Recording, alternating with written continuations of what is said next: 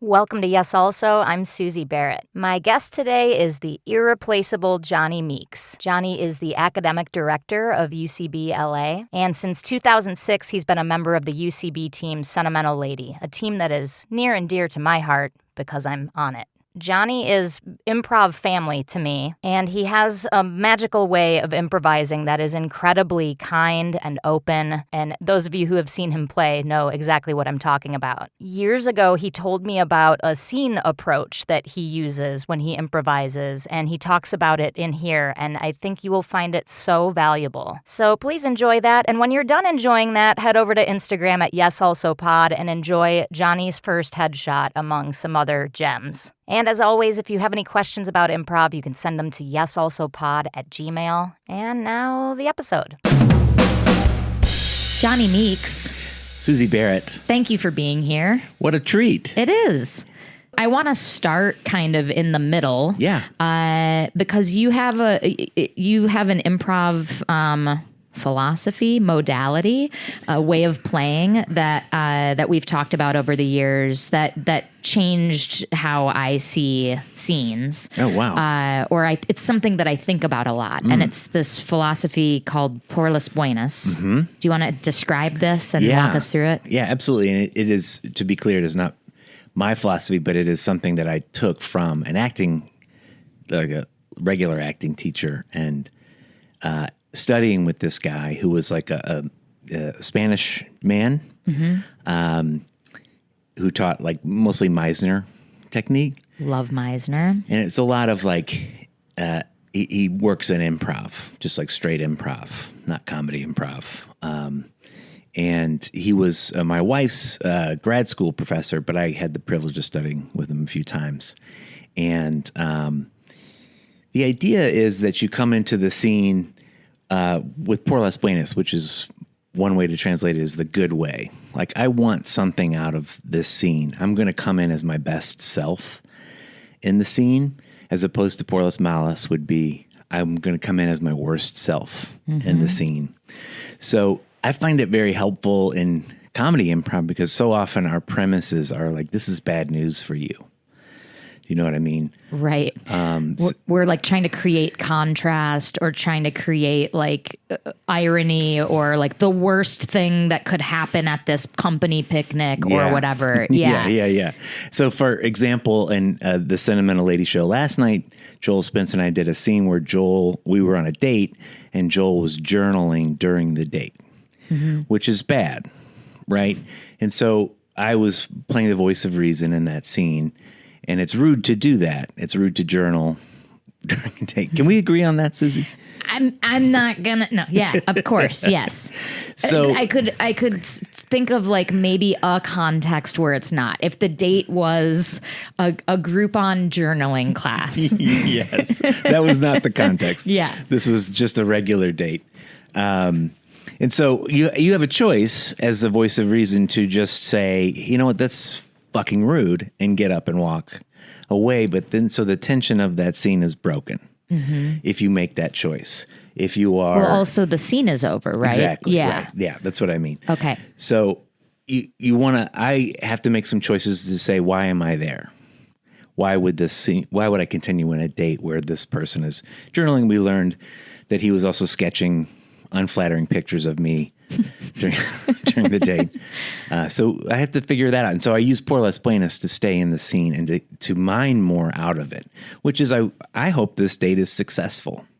So we want to come into all of our scenes with that. I hope this date is successful. I hope this job interview is successful.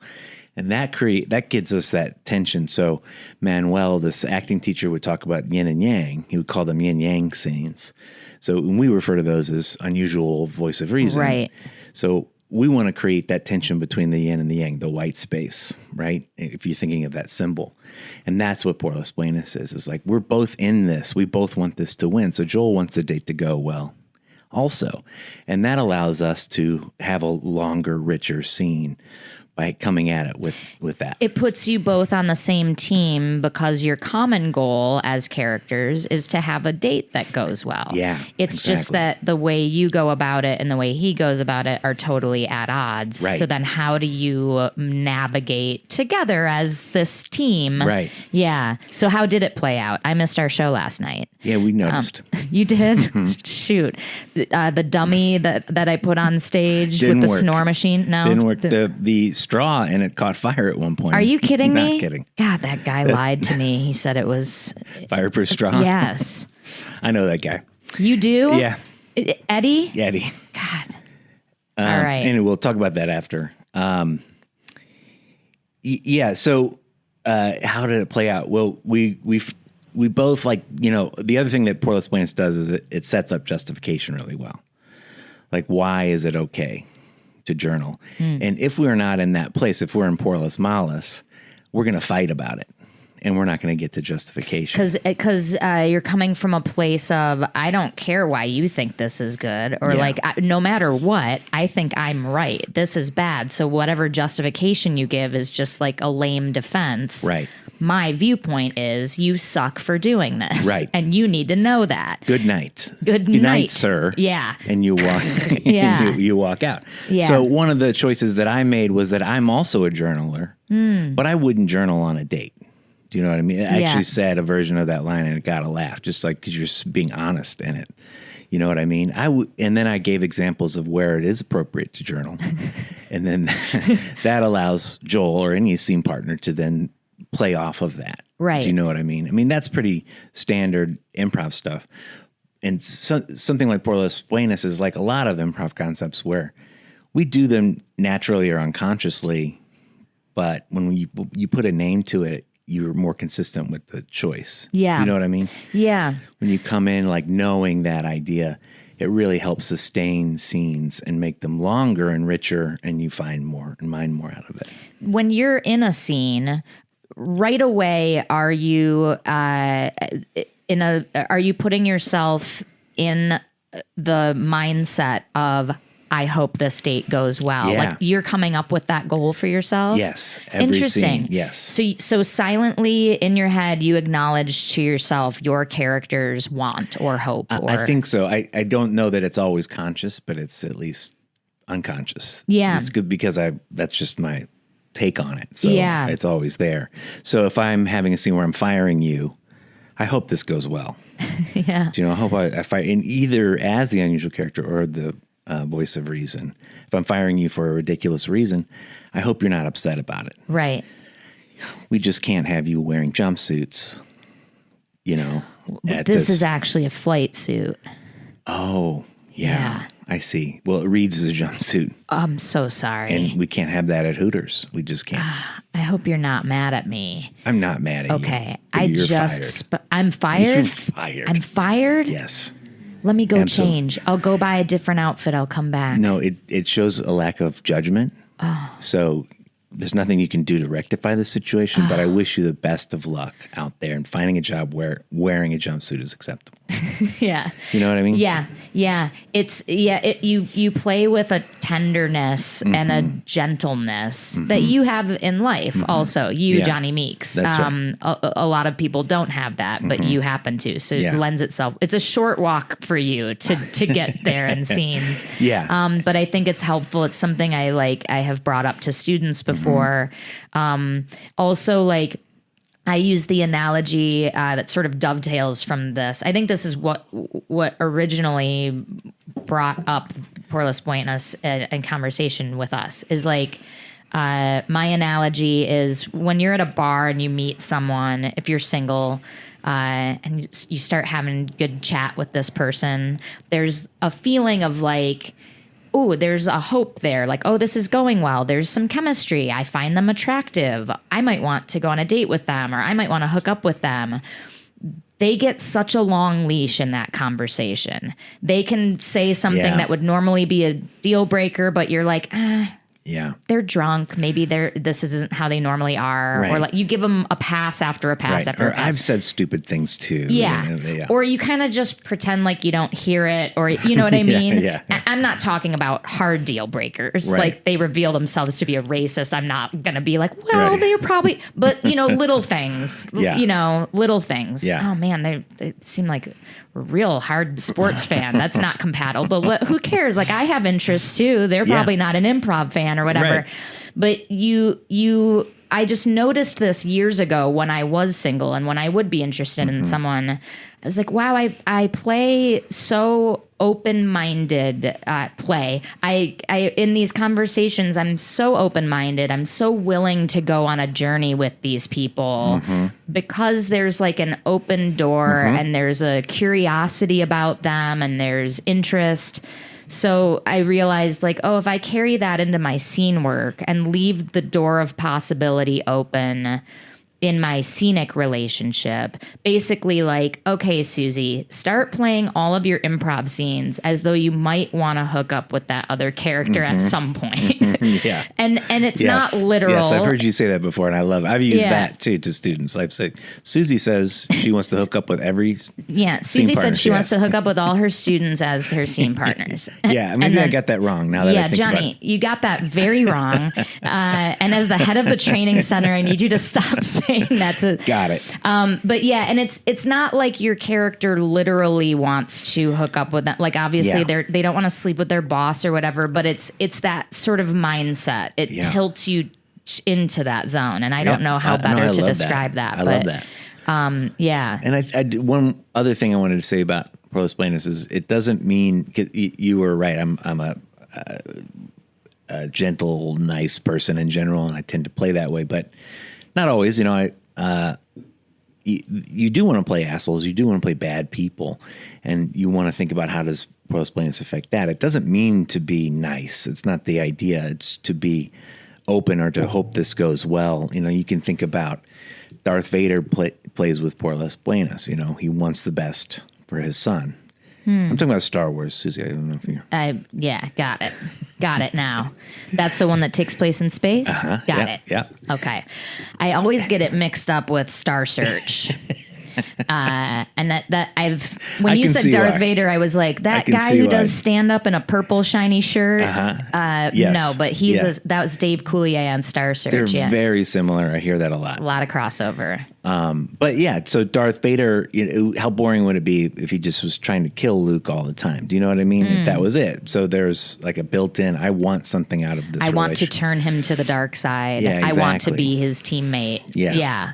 So it helps me when I'm playing assholes too. When I'm, either make that choice myself or someone gives it to me, I still am looking for the best in this scenario. So with the acting teacher Manuel Duque, the improvs were almost always about breaking up with somebody. So each side, the yin and yang there, the breaker up and the person who's being broken up with needs to come into it with Poreless Buenas. If you are being broken up with and you go Poreless Malice, you're just only proving to the person who's breaking up with you why they're breaking up with you. So you want to if you're trying to maintain the relationship, you need to show Poreless Buenas. Your best self, in order to keep it going. That's so interesting. And that happens in real life, too. Yeah. And if you are the breaker-upper, you don't want to be Poreless Malice because then you're just like this absolute victimizing dick. Exactly. You're being abusive. You're being callous. And nobody wants to be remembered like that. Right. Yeah. Ian Roberts used to talk a lot with us about playing with tact. And this is on that same track where it's like in real life, we don't want to leave a wake of broken relationships behind us or people who dislike us. We want to be liked. Yeah. And we want to have at least copacetic relationships, even with our weird, crazy landlord and even with our neighbors who seem cold and mean. We still want to be able to say like, hey, can you get my mail when I'm out of town? Yeah. Or, hey, I noticed your cat is coming in our yard a lot. Like you need to be able to have these hard conversations. Yes. So yeah, you can't just be cold My or rude. leg is broken. Please call 911. Please, can you? That's a true story. Really? No. Oh.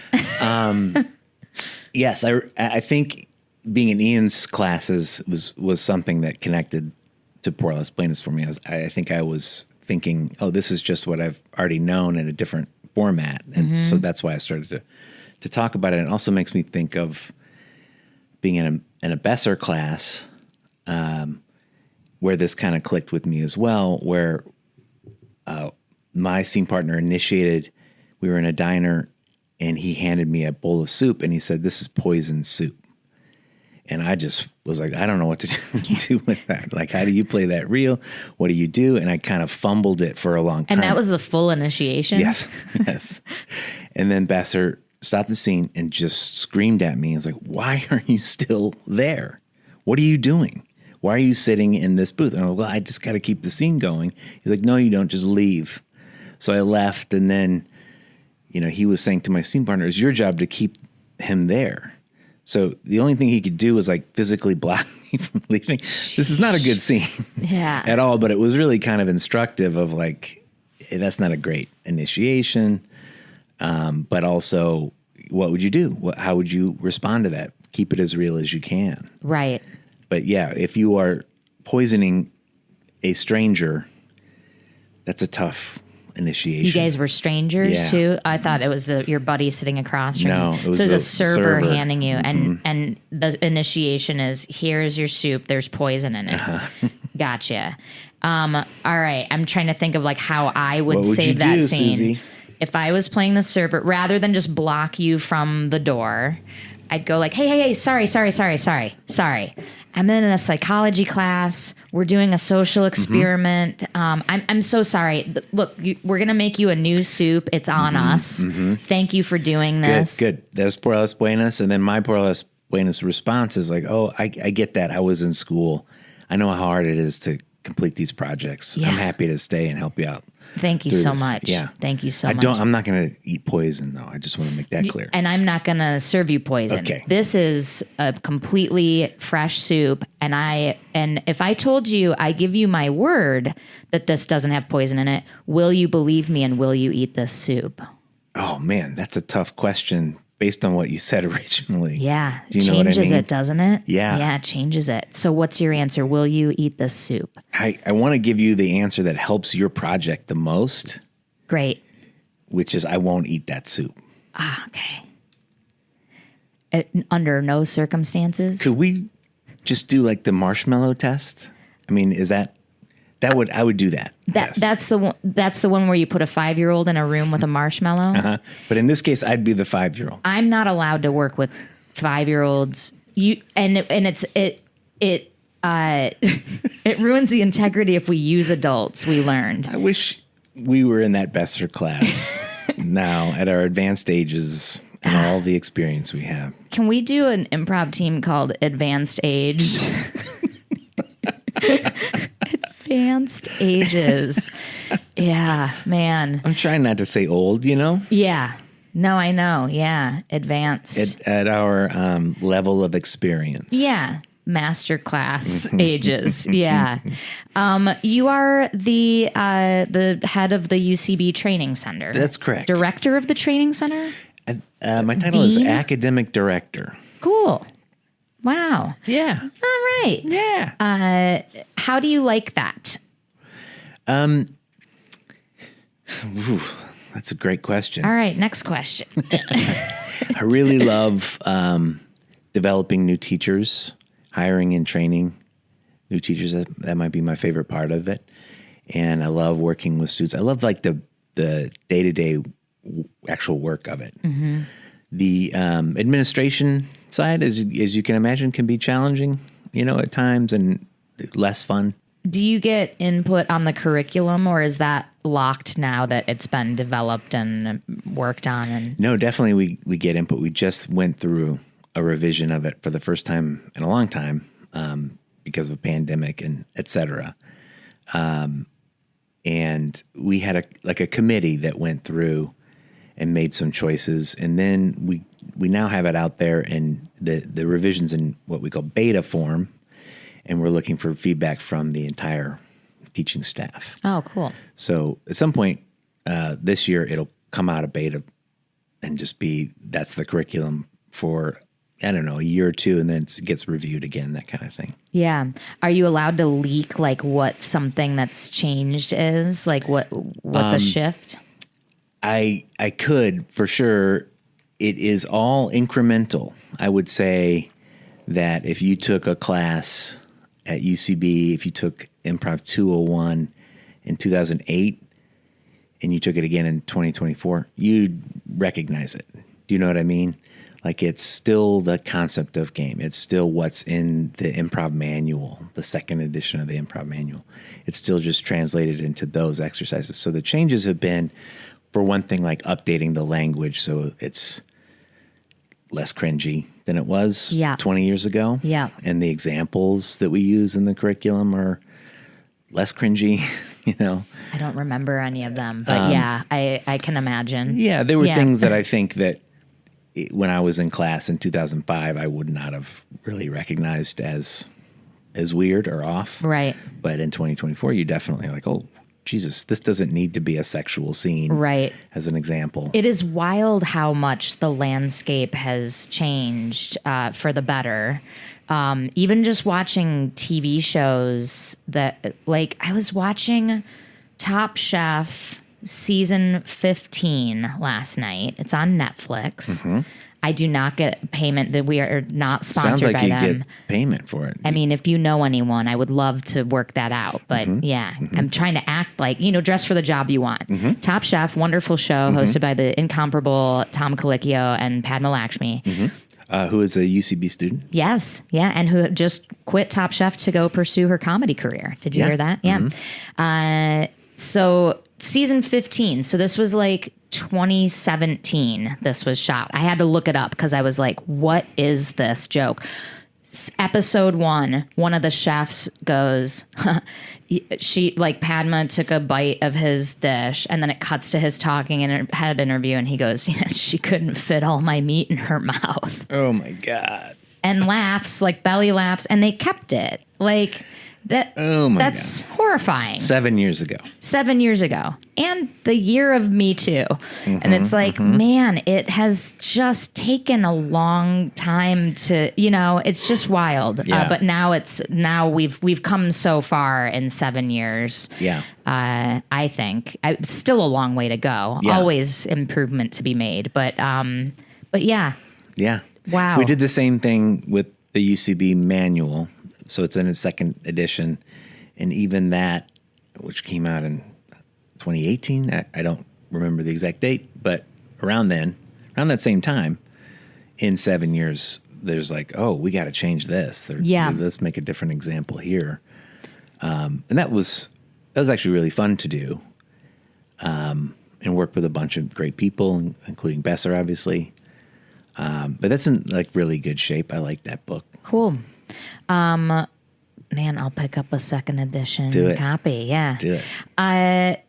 Was UCB your only improv training, or did you study improv elsewhere? My improv journey started with trademark. Thank you. In high school, I started to do. I always knew I wanted to be an actor from early age, and I took some, but I was also like painfully shy. So taking acting classes was a big risk for me, it felt like.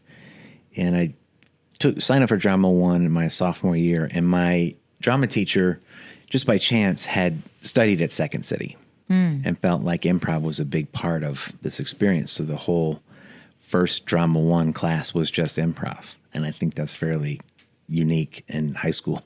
Yeah. For that to be the case. And then second year, you'd start to get scripts.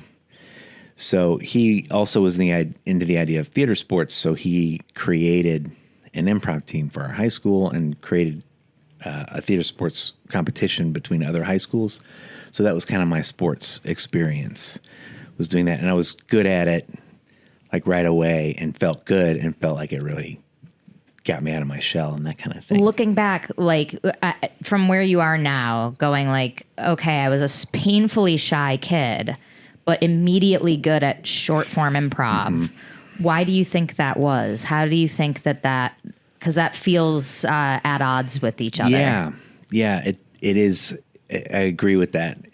I was very comfortable in my extended family settings, and I would perform for my extended family. I get my cousins to do things. The shyness was just like in middle school and early high school, being shy at like parties and social events and with girls and things like that. But I always had that. Just I don't know why. You must have had it too, just that burning desire to make people laugh, to just entertain, to be the center of attention in those moments. And then when you kind of get off the stage, which was somebody's living room, I would be like, that's it. I don't want any more contact with humans. You know what I mean? Yeah. So yeah, I think that was just really, it was inside me and I needed to get it out. And that teacher, Ron Kenny, got it out of me. And then I started to do plays and things like that. And I, because of doing plays in high school, I wanted to just do legitimate theater, live theater. I wanted to be an actor. And I had the benefit of having that teacher, but also I could walk to the Rep Theater in St. Louis. Wow. And my mom was really into theater, so we would go see shows constantly. So that was my... What a gift. That was how I was exposed to it. It was a great gift. And my high school girlfriend was the daughter of the rep actor there that did like 5 shows a year. And he was also local spokesperson, did commercials, did regional, like movie of the week kind of stuff that would come through St. Louis. And they had like a really nice big house. And I was under this illusion that acting is pretty easy career to get. But Chip Darling has made a living at it. Yeah. And he was a great actor. He was really a helpful mentor to me early on. What was his actual name? Joneill Joplin. Wow. Great name. Great name. Yeah. Great name. Great actor.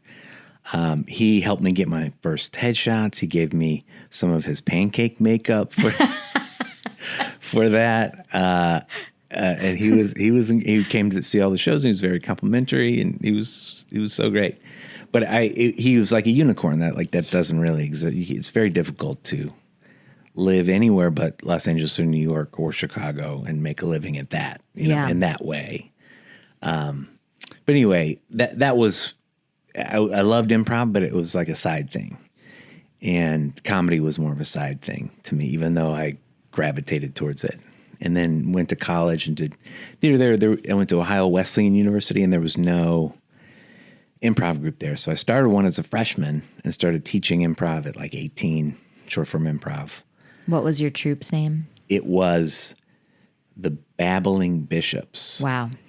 The school mascot for Ohio Wesleyan is the Battling Bishops. Got it. So yep. If you need me to, I can walk you through the pun there. But I would love that. Ryan, do you have any pen and paper? That's pretty clever. I didn't come up with it. I can't take credit for it, but it's great. Yeah. I think they still exist. I went back and did like a 10-year show with them a long time ago now.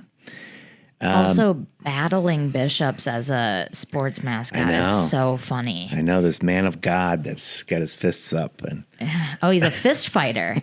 He's a level 4 paladin cleric.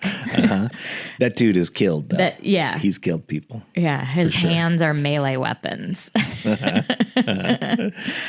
And then after college, I wanted to go to like a medium market to start acting, and my parents lived in DC, and I was like, I'll just start here. I can always do laundry and get free food. Medium market, like New York or LA are too big. You'll be a small fish swallowed up, but like you want it big enough that there's stuff going on and opportunities. Exactly. Yeah.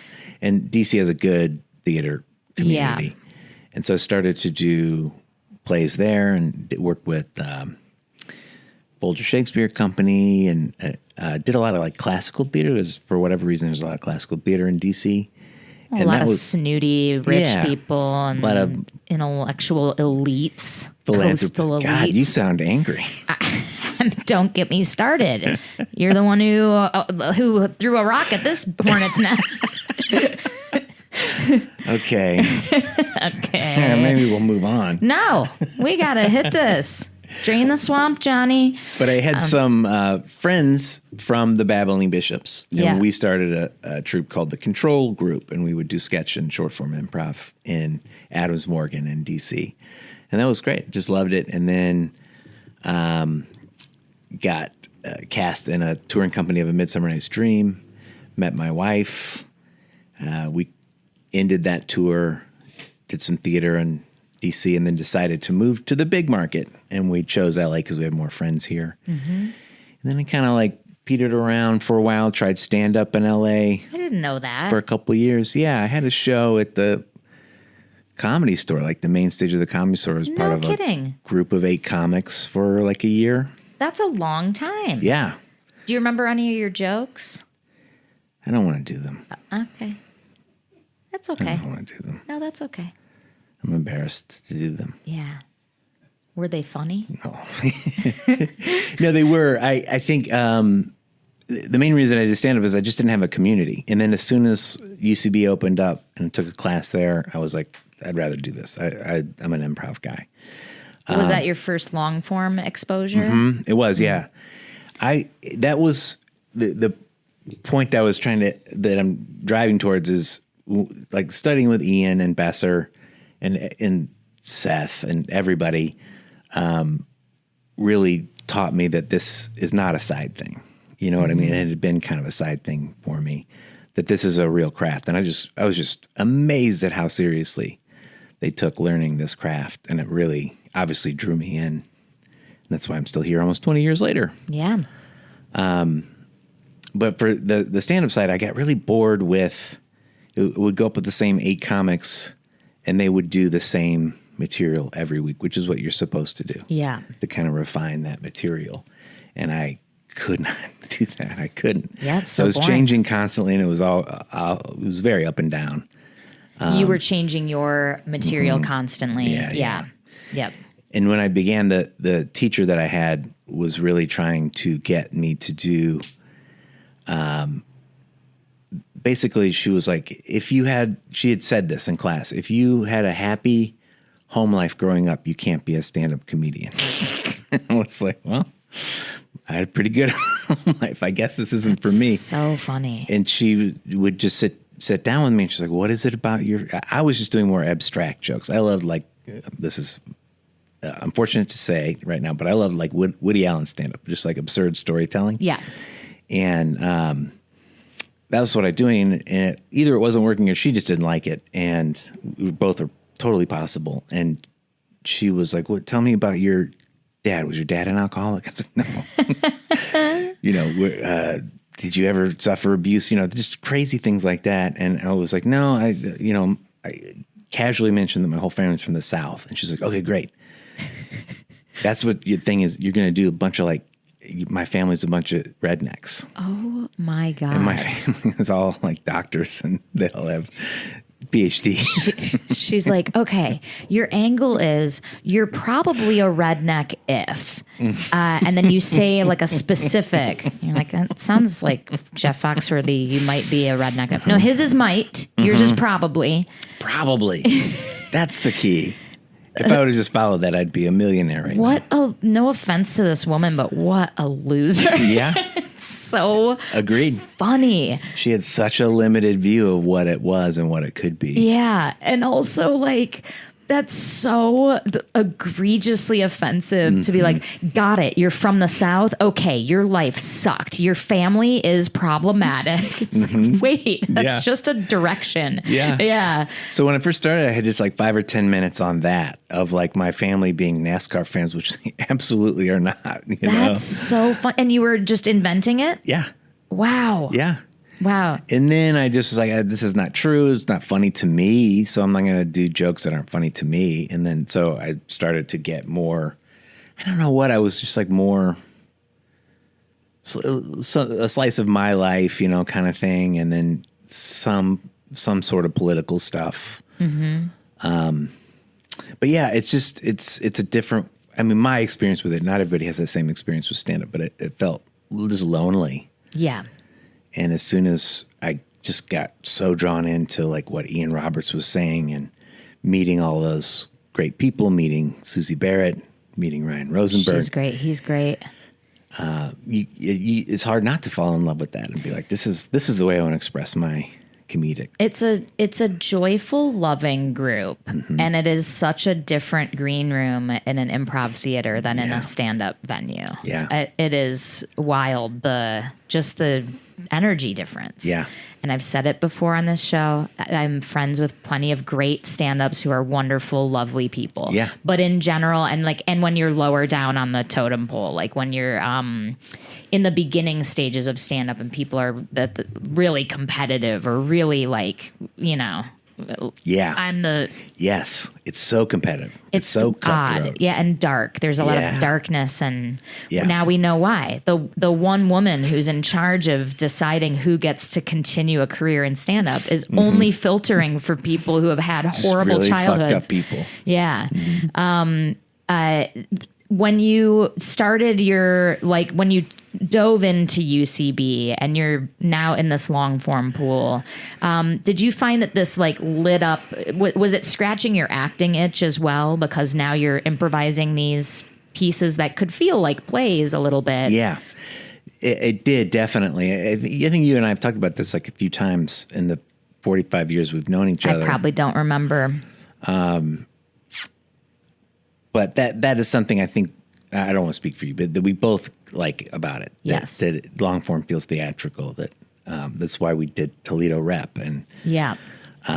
For the listeners, Johnny and I did a show for a while with Joel Spence, Billy Merritt, a few other people, Eugene Cordero, called Toledo Rep, where we were the Toledo Repertory Theater Company, and we would improvise a one-act play. And for a while we were doing it like we would prescribe what style. So like, we're going to improvise a Chekhov play tonight, or we're going to improvise Tennessee Williams. But when after we'd been doing them for like a year, then we would just get a title of a play from the audience, and we would assume the genre based on the title. So if it was like The Whispering Winds, we might assume that it's Tennessee Williams. Yeah. And kind of that first move of the first scene would nudge it in that direction. Like, my gentleman caller still hasn't shown up. Yeah. But it was so fun. We did like some absurd like Beckett stuff, some Mammoth plays, some like children's like, what do you call it? Like outreach. Yeah. Don't do drugs theater. I think our best shows were like at DCM. Do you remember those? We always speculated, was that just because New York has a little bit more of a theater savvy crowd, or I don't know what it was, but those were the best. They were always so fun. Yeah.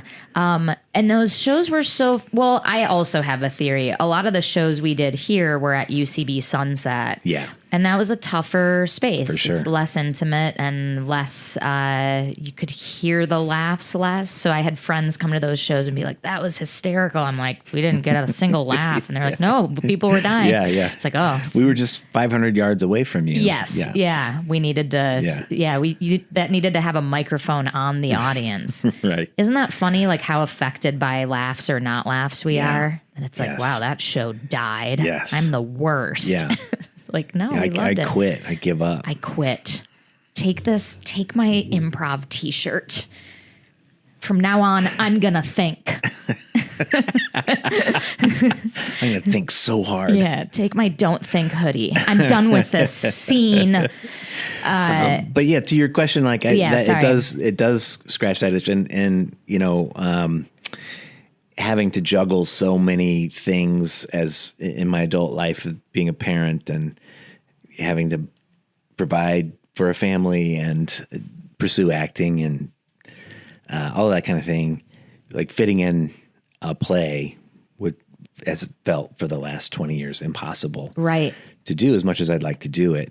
So I look for those experiences at UCB, such as Toledo Rep, or doing like just slower paced improv that's a monoscene, or just taking our time with long, patient, 2-person scenes. Yeah. Love a fun tag out run, But that doesn't scratch my itch as much to do that style of improv. Right. And you bring up a great point that I didn't consider, like parenthood and running, having a house and dogs and everything going on in your life. Yeah. How do you get the experience of a play without the rehearsal process? Yeah. Nobody can go to rehearsal for 10 weeks if they have all of that going on. Right. But yeah, you shortcut it by doing an improvised play. And right.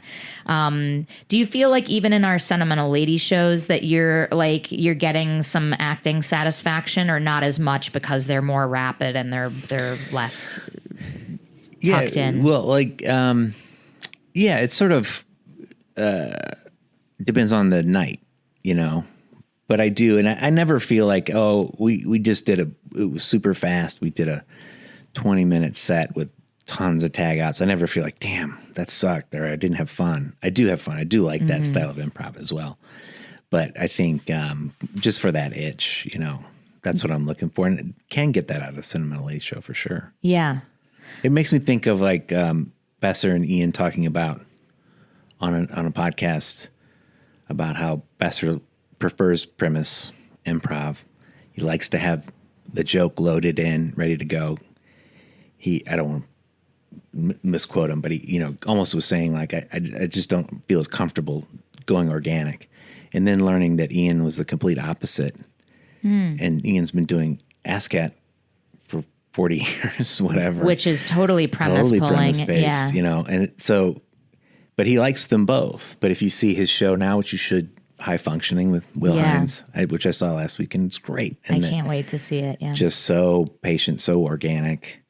But it's just funny to me to know that Ian preferred that despite doing ASCAT forever, And just kind of shut up and did ASCAT.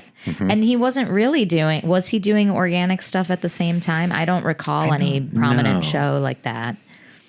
I think he was, but I don't know that it got as much attention. You mentioned DCM, and I've been reflecting recently. This is the Del Close Marathon that used to take place every summer in New York. I've been reflecting recently on cool shows that I have seen at DCM over the years. Do you have any standout memories of cool, weird stuff you saw there? Adventurous improv, anything that impressed you or stands out? I saw Adsit and Sager. Did we see that together? Maybe we did. I don't know. I thought you were going to say something else. I pointed before you said Sager. We did not see that together. But Scott Adsit, Tammy Sager. Of course it's going to be great. And they did a mono scene in an airplane before they were jumping out the parachute. So it was just half hour of building to that jump out of the plane. So it had that kind of, if you were writing that as a play, you'd be worried as the playwright, are we just going to be waiting for them to jump? Is it delay of game? Yeah. All we can think about is that. And they sort of masterfully handled that. So how did they handle that? That's a great question. I think they were just so focused on these beat to beat, these short games that they were playing within the mono scene that you just forgot about that. I think that there was never... maybe a better way to phrase it is they weren't talking about what they were doing. Do you know what I mean? They weren't are we going to jump or not jump? It was all about their dating lives or whatever it is. I don't remember what they were talking about, but so it was external to the situation. So that exercise, talk about something else. Yeah. It was like that. You're fixing a car, but you can't talk about the problem in the engine. You're just doing it while you're talking about other things. Yeah. When you said Adsit, I thought you were going to say there was Adsit and You or something, or Scott Adsit and You. I think that's what it was called. But it was it was just him on stage, and he would take a volunteer from the audience, do a fairly long scene with them, like a 5-minute scene, and then there would be a blackout. We'd give them a round of applause. They'd sit down again, and he'd be like, who else wants to go? And he did 6 in a row. And a couple of them were really great improvisers that played with him. And then a couple were clearly very brand new. Maybe one had never even taken classes and was so like nervous, and his ability to take care of them in a scene and commit and be grounded and locked in no matter who the player was. I just found it so impressive and such a good lesson. Yeah, I know Ian used to do that kind of thing too. And I remember seeing like in between Harold's on Harold Night, Walsh and Josh Wiener did that with somebody who won a charity thing. And they just, before they won, do you remember that? Ryan remembers that. They just told this guy who won the thing, just respond as yourself. And it was one of the funniest things I've seen, at UCB. It was so funny because the guy was just so straight the whole time. Just, that's weird to me, or I don't understand this, or whatever. And it got huge laughs. Yeah. You do that, back to Por las Buenas. You do that in scenes sometimes, that rings in my mind as like a quality that you have when you're playing the voice of reason character, that you will just simply say like, I find what you're doing to be unusual. Or like, that's weird to me. Can you elaborate? Yeah. You want to wear a hat that shoots actual bullets into a public square. Walk me through this. I want to understand your idea. Yeah. Where do you buy a hat like that? Yeah. What caliber bullets go into that? Right. And then I've seen you with that same tone be the unusual person while other people are finding you unusual. The one that sticks in my mind is at the Thanksgiving show a few years ago. This is like a mono-scene show where we all come in kind of with a predetermined character game. Like, I'm the uncle who's obsessed with basketball and gambles or whatever. So we all come to this Thanksgiving dinner as these characters. And Johnny's character was an amateur sci-fi novelist. Like, you were, a sci-fi author, right? Yeah. And you wore a gold scarf, which I found was so funny, just very like futuristic leaning. But you kept going on and on about things that slowly through the course of the mono scene, we realized like you believe in aliens and you think you've been abducted, or there was some, we were like seeing like, oh, he thinks this is real. Yeah. And someone called you out on that and they were like, whoa, man. So you actually think like beings from Jupiter actually live in the center of our planet? Like, that's nuts. And you just smiled and went, ha, what simple minds you all have. You just became fascinated at the rest of us thinking that you were crazy. You were like, wow, interesting. Yeah. I could really write you all as a character in my next. Huh. That makes me think of something you did. This was fairly recent, but I can't remember what show it was. Someone mispronounced something, and you said, oh, that's interesting. I pronounce it, and then you said it the correct way. And I was like, that's such an awesome way to call someone out on stage rather than being mean about it or just like making that person feel stupid for the way they pronounce something. I'm a philanthropist. Interesting. I've always said philanthropist. Yeah, it was just like that. Do you that. say that? I do remember that. That wasn't the word. I don't remember what it was. But yeah. And then making that a pattern in the scene. Yeah. And then finding other words to... Do you say coffee? Yeah. We say this the same, right? right. But that happens in real life. Yes. Yeah. I love that, that part of I think it's in season 1 of Ted Lasso where Ted Lasso has that big monologue about like, don't be judgmental, be curious, like you're shutting things down and judging them. Yeah. I'm curious. Yeah. I would rather see where they go. And that's a fun philosophy to bring into your improv scenes as your character. Like rather than be like, sorry, did you just say philanthropist? But it's like, oh, like truly in real life, 3 times a week, I have that conversation where I'm like, is it pronounced that? Yeah. I say this. Yeah. Is that regional? Right, right. And that's por las buenas, which is real life because you don't want to be an asshole. You don't want to be seen as that way. You don't want to get in a fight or have a broken relationship. We've all seen that with students and just performers in general, where it feels mean. It feels like, you're kind of that's por las malas. You're shutting down the scene by calling this person out and making them look stupid. Yeah. And I'm sure you've had this with your students too, where they ask about that. They're like, is that should I do that? I've had that kind of conversation. Where they've seen it happen in a show and then they come to you on Monday and go, I saw so-and-so do that. And it felt mean, and it felt like it kind of killed the scene a little bit. It killed the joy out of it. And I was like, yeah, it probably did. However, it is an unusual thing. It is something that's, I think, on the table to play with. But if you come at it like the way you did with Philanthropist, I think you can do it and still spark joy with it. Yeah. And then, it can be a side, fun, mirthful moment for you two and for the audience. Right. You can both laugh at what's happening, like separate from the scene. Yeah. Yeah. Yeah. And if it happens to me, and it has many times where I've said something dumb or mispronounced something or said something wrong, I mean, you want to like try to find the joy in that too and turn it into something that is a character trait rather than something that's stupid that happened. You know what I mean? Like, I did this intentionally. This is why I pronounce it philanthropist or whatever it is. You know what I mean? Yeah.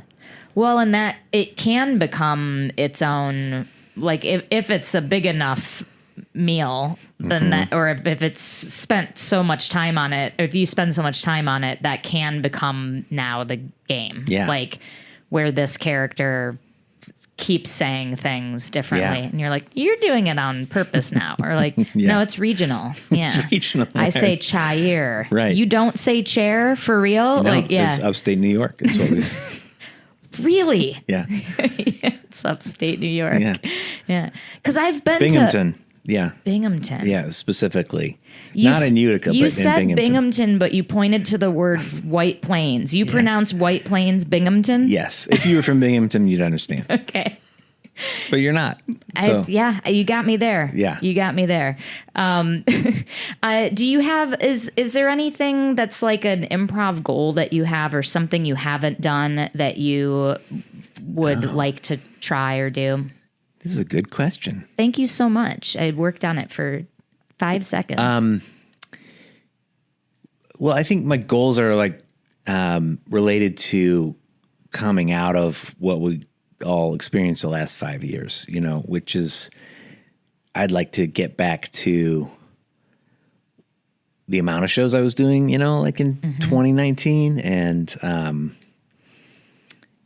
I'd love to like get Toledo Rep back up. I'd love to explore like things beyond Cinema and a Lady. That's really all I'm doing right now.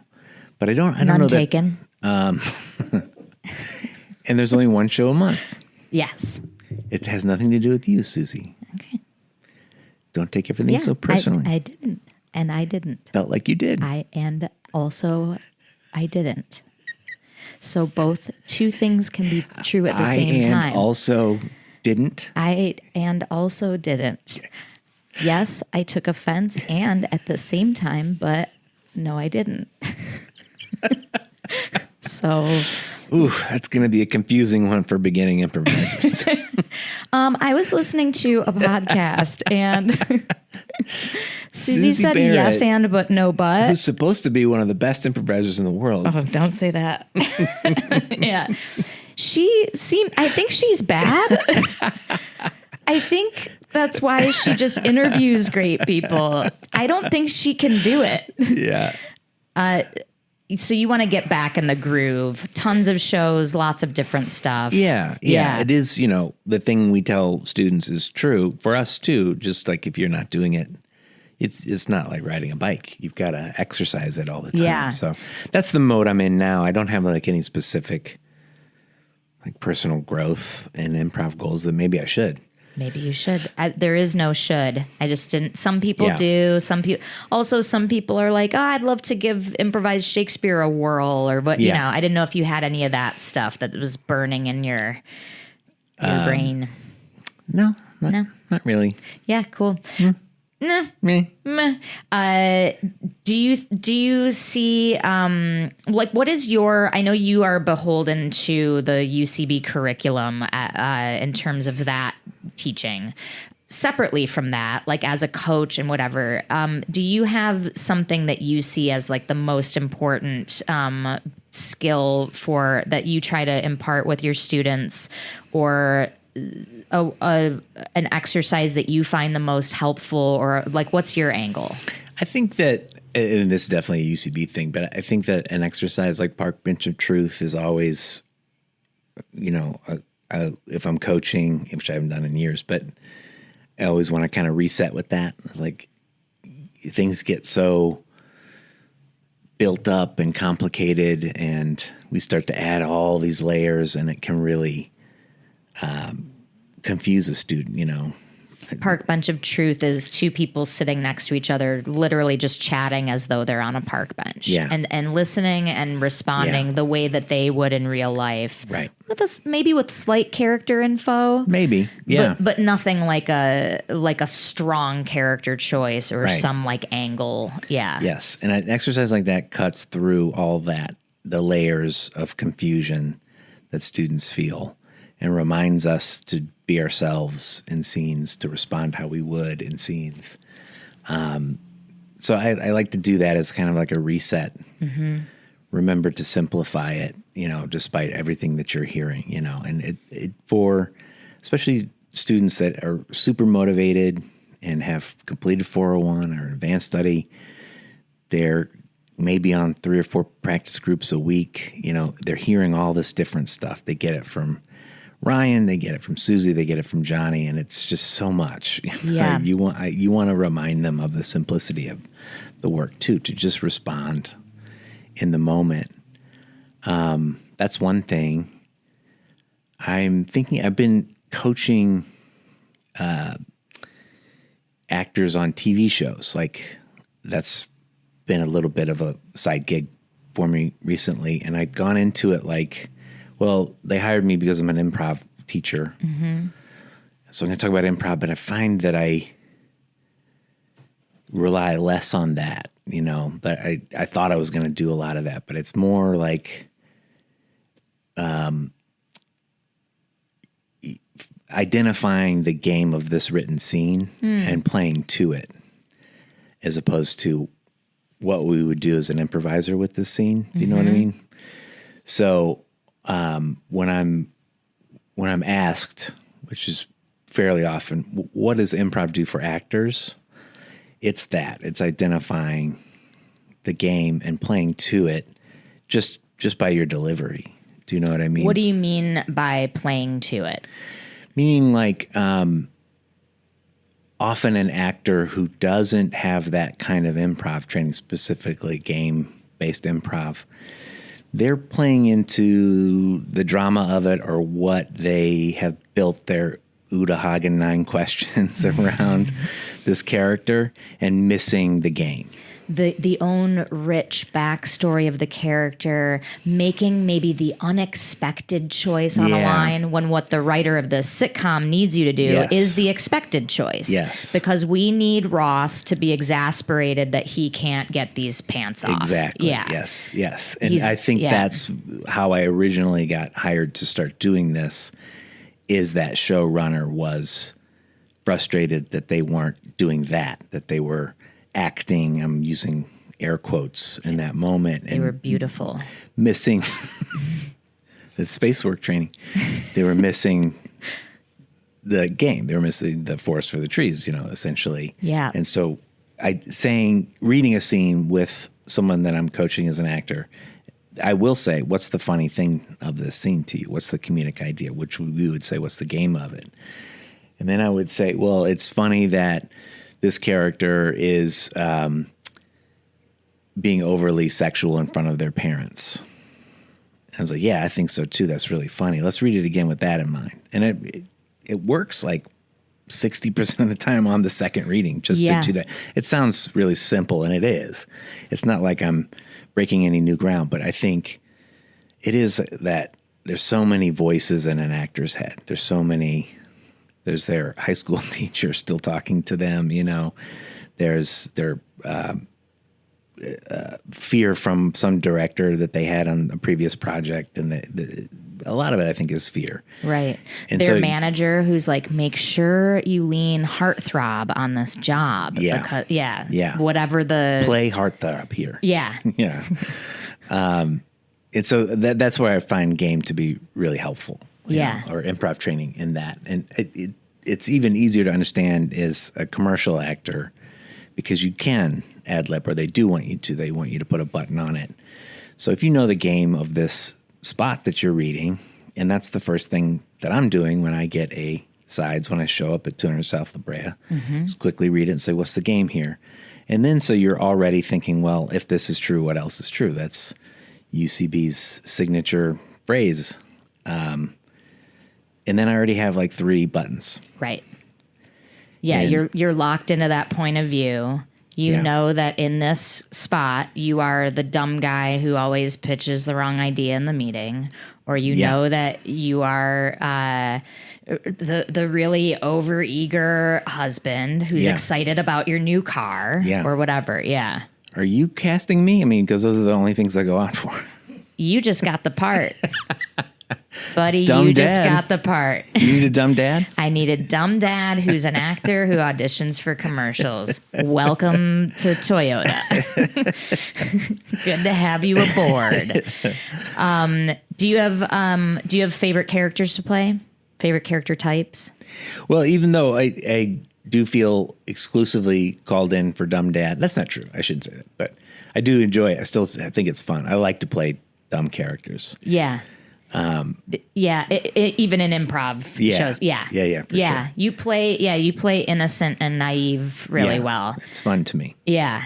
It fits with that wide-eyed, gentle, Yeah. Is there a reason we can't set up our slip and slide right now? Yeah. No, yeah, we can't. We're about to have a merger meeting. Okay, I have it just in case. I can play you really well, Johnny. You're doing a great job. Really well. You're doing better than me, of course. Man, I'm so sorry. You'll get there one day. But I also like to play like evil. I think evil is really fun. Do you have a favorite type of show to do? Improv show? Yeah.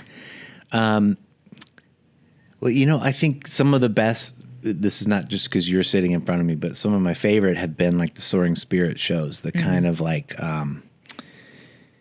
in 20 or 30 minutes, we're going to do 3, maybe 4 scenes. And there's like 3 of us. We're really letting it breathe. Yeah. And I was doing 2-person with Betsy Sodaro for a while, and we were doing a similar kind of thing where we'd do 3 scenes in 25 minutes, and it would be, to get to the next scene, you just kind of take a detail and pull that out and start 2 new characters. But there's like a subtle thread throughout that kind of feels like a play. Yeah. Do you know what I mean? Even if it's pretty tenuous. Yeah. I really like that, and I like to sit in scenes and explore. Yeah.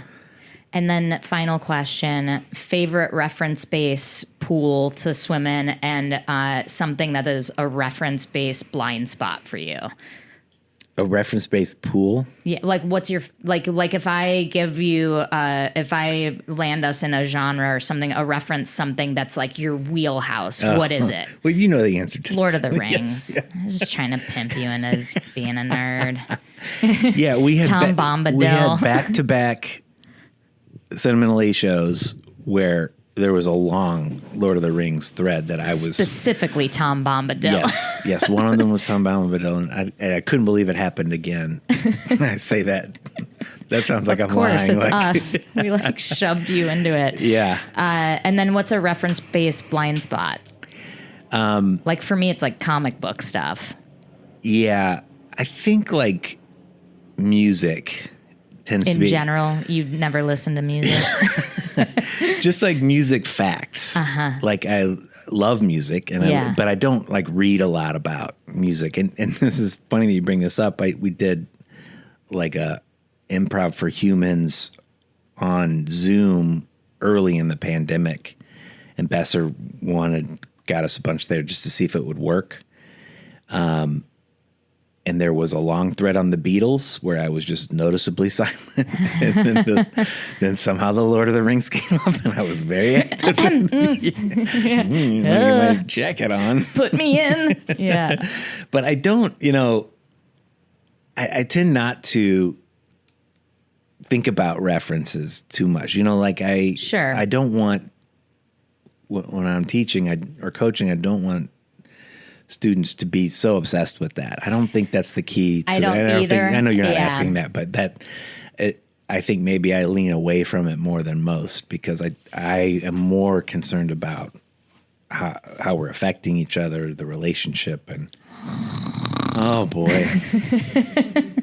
Here he goes but again. We all know that we've seen those shows where it's just a reference fest and you lose the audience. Right. And nobody even if they know what cares you're about the talking name about. of My Bloody Valentine's third album. Yes, and yeah. Nobody And gives a shit. I definitely have that sense even when I'm in a Lord of the Rings scene. I was like, this is not even fun for me anymore just to list facts about it, We more do it just to toy with you. I do want you to send us so we can post it on our Instagram. There's a picture of you role-playing LARPing as a kid as a Lord of the Rings. Yes, I will send that. It's even sadder than LARPing, though. There's no LARPing implies that I had friends that were doing it also. This is just you caught on camera. Just me. It was like the loneliest year of my life. My dad was on sabbatical, and we were in Minnesota for the year where he was teaching at a monastery, a school that had a monastery. So in the middle of nowhere, Minnesota. And I had to bus an hour to school in this farm town, and I was beaten up by Norwegian farmer kids. Oh, God. And so So your only recourse was to put on Aragorn. tall boots, a sword. Aragorn. I created maybe I can credit that time with creating a rich fantasy life and imagination. But my only friends were like, I was 12 and they were like 7, and I would lead them through the forest, and they would be the hobbits and the dwarves. We'll end there. I promise. Yeah. No, don't end there. No, Say Johnny. something cool about me. It was only okay I'm because really you were cool 12. now. I'm super cool. You're not. We have to go for time. Thank you for being here. Thanks and for having being me. everywhere. Thanks for being in my life in general. I just same. appreciate you so much. Same. Yeah. Bye-bye. Bye. Forever. Oh, no. If you have a question about improv that you would like me to ask a future guest, email it to yesalsopod@gmail.com and I will get it on the show. If you're a fan of the show, follow us on Instagram @yesalsopod. And please help us out by liking, rating, reviewing, clicking, sending, talking, and blasting us to your improv communities. That will help us out a lot. If you're a theater who would like to host us for a live recording and improv show, let us know at yesalsopod@gmail.com. A huge shout out to Ryan Rosenberg, who produced this thing with his generous help and his unlimited knowledge about all things podcast. Thanks for listening, and we will see you next week. No, we won't, Susie. That's not how podcasts work. They will see. They won't even see us. They will listen to us. So it's actually the opposite of both things you said. Thanks for listening, and you will listen to us next week. Maybe. We don't know.